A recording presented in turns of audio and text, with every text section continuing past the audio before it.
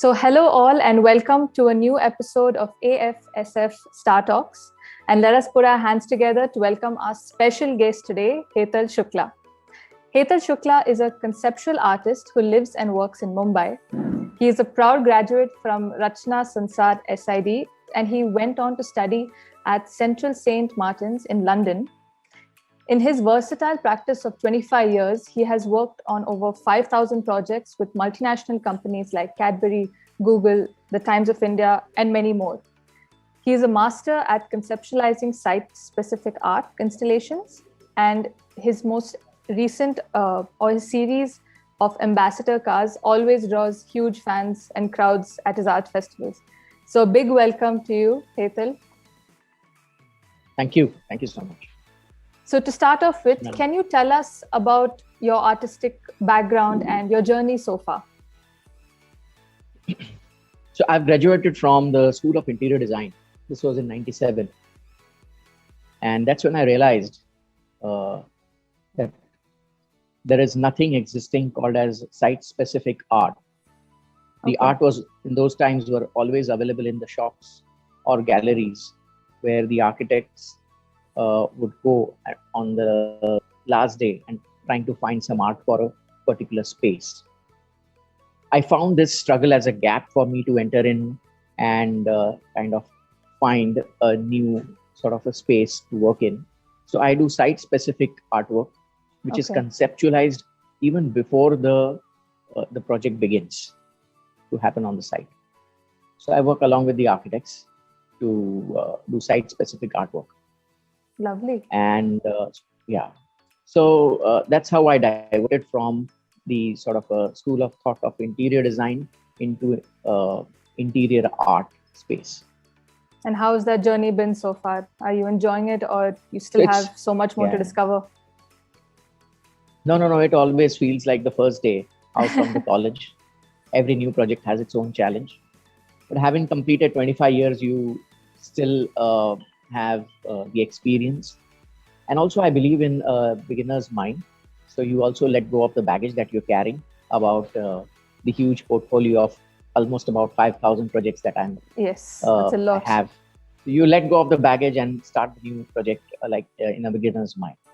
So that's my approach. Is it because when you carry on the baggage that creates some sort of bias or some sort of stereotype in your work, or is it because you can grasp new things? Because the world of design is very trendy. Over 25 years, I've seen the evolution of trends. True. And to stick on to one specific trend becomes difficult. And to create a new sort of a language, you need to let go of the baggage of the past, that whatever you've learned, you need to unlearn those things, and only then you can come up with new solutions. So that's... And what art do you mostly identify yourself with? I identify myself with conceptual art.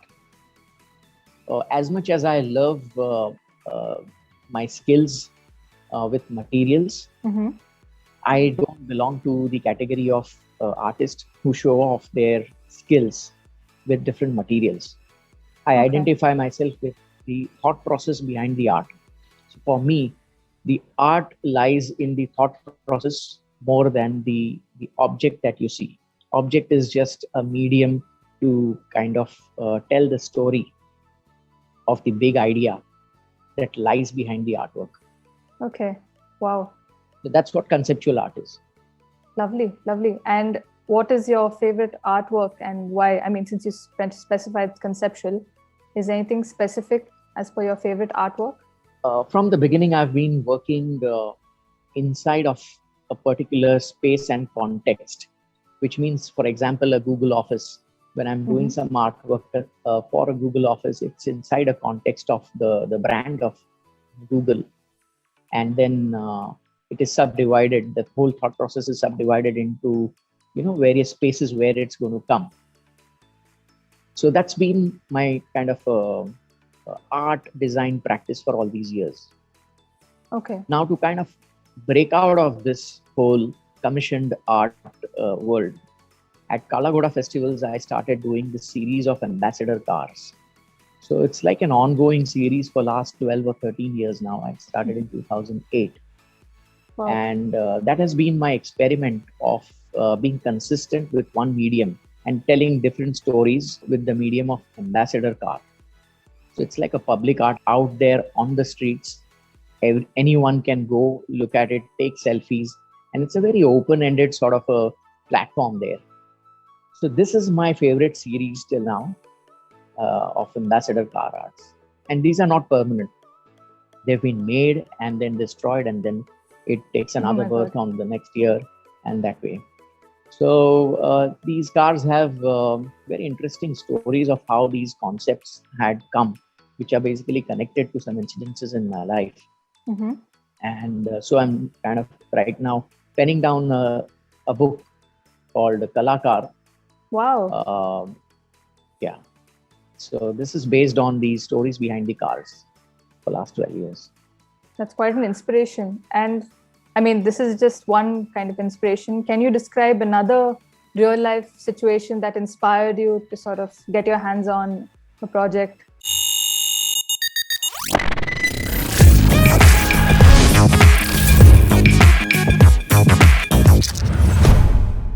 The piece that you see behind me right now, it's an artwork on canvas, and the medium is hologram on canvas.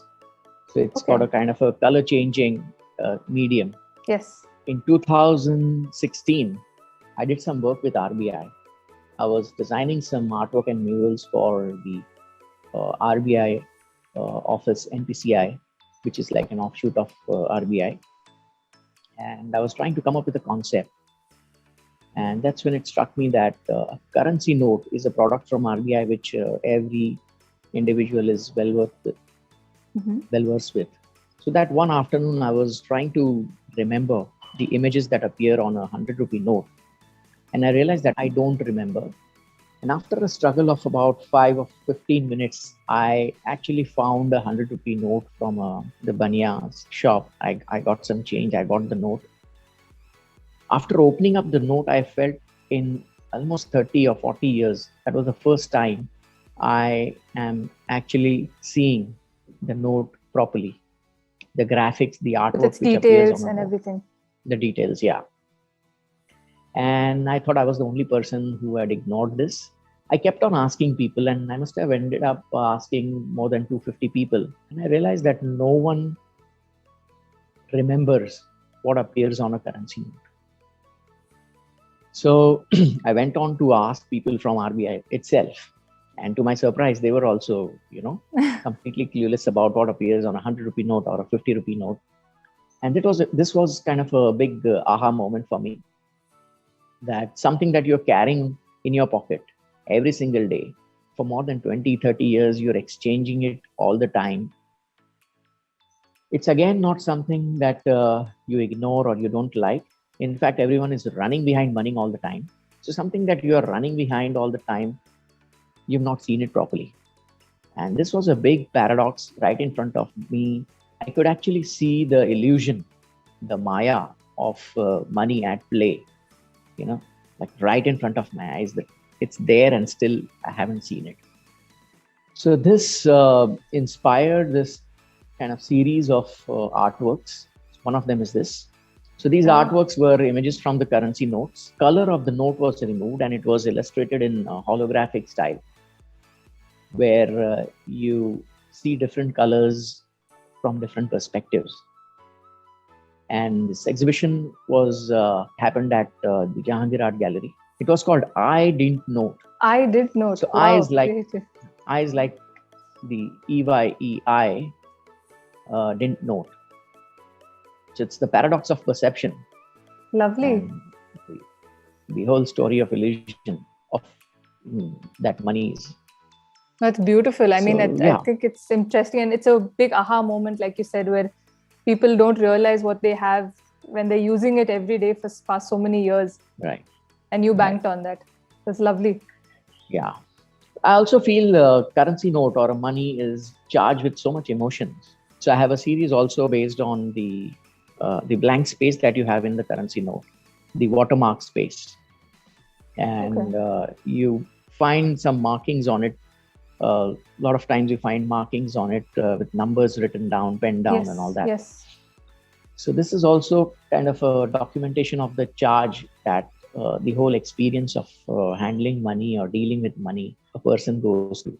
No, it's lovely. I mean, I think this is something people will remember also. So this is one of the projects that you had worked on, and which of course inspired you. But what is your ideal dream project? My ideal dream project, always liked working on larger scales. And since my work is very site specific, I get inspired by the space itself. One of the space that I'm inspired by is Turbine Hall at the Tate Modern Art Gallery in London. So there's a huge Turbine Hall. I've seen some phenomenal exhibitions by Anish Kapoor and Olafur Eliasson. So that's the space I want to work in. So I'm looking at creating an art installation with an Indian context in London in that sort of a space. And it'll be a large scale artwork. So that's like my dream project. Yeah. And do you aim to work towards that, and do you have a time? Over the years, I've come up with this medium which is very, very Indian. And since we are Brahmin, Kumkum is a medium that since childhood, has always intrigued me in terms of the color of Kumkum.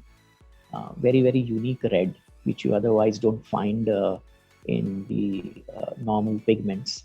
And along with that, the aroma of Kumkum also kind of triggers some unique memories in my mind.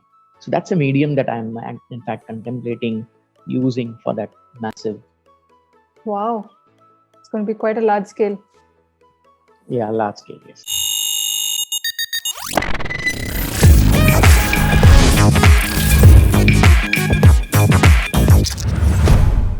Can you name 3 artists you would like to be compared to? So the very first artist I was inspired by is Mr. Wolfgang Leib. He's a German artist who works with pollen grains, milk, wax. So he works with natural mediums. Wow. Very, very unique. Yeah, very unique aesthetics that he plays with. And he's also inspired by Indian culture. First time in my life, I actually saw a reflection of Indian aesthetic interpretation in a very German form. And that was like a really inspiring moment for me when I thought of becoming an artist.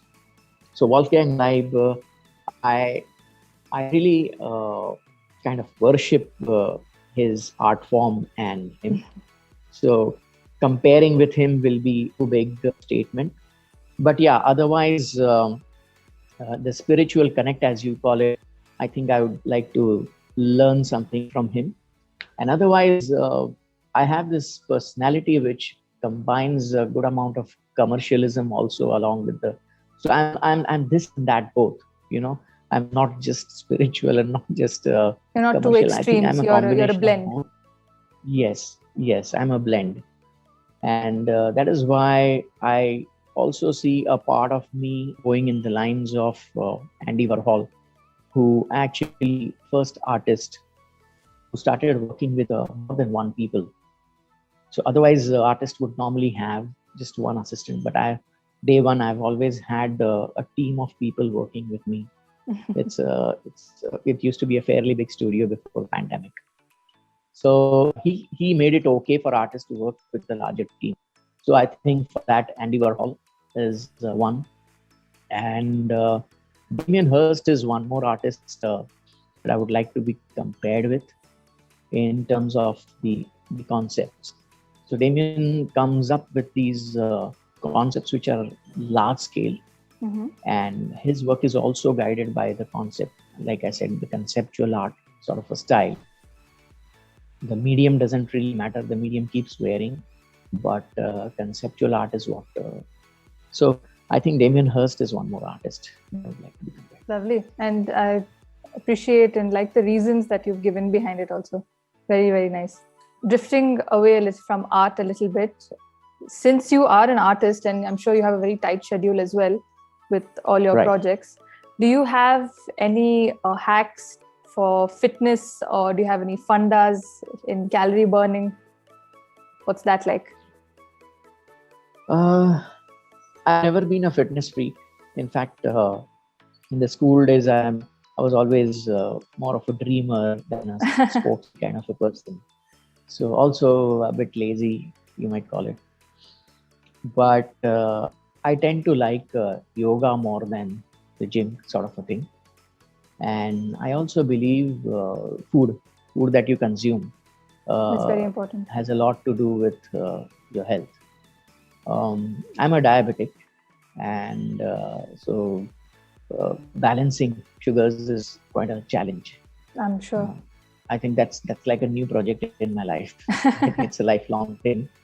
So I've been experimenting a lot with that, and raw food diet has really given me results in that. Really? Okay. Difficult to, just eating raw, I think, can solve most of your problems. So what can you name thing. a few as to what dishes you have raw? Okay, so fruits is a major thing for Of morning, Mm-hmm. and then you eat salads.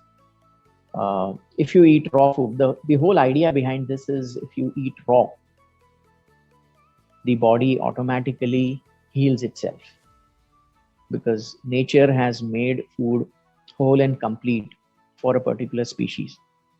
So you don't really need to cook it. The moment you cook the food, you kind of destroy the nutrients, the life.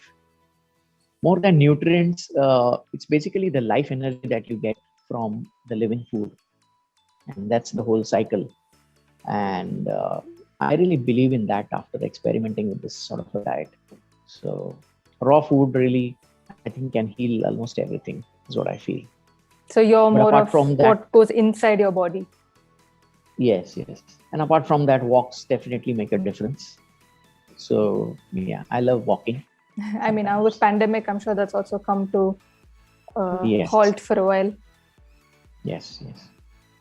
That's true. Very nice. I mean, I'm sure that's something we all have to take away. Considering pandemic, we need to look at what we eat as well, and yoga also has a good alternative. So I think you're following the right path. I'm trying to. Not an expert in that, but trying to manage it. You're doing your bit, I guess. Yes. And finally, as you know, we have the AFSF Salute India Marathon coming up in the month of August for Independence Day. What would you be registering for? So since the event is saluting the frontline warriors and the defense forces, I am registering for a walk along with my family. Lovely. Yes. And I will take a long walk. Lovely. We hope to see you there and your family. Very, very happy to hear that. And we're very grateful for the fact that we could have you on our show. So thank you so much, Hetal. And it was a pleasure having you on our show today. Thank you.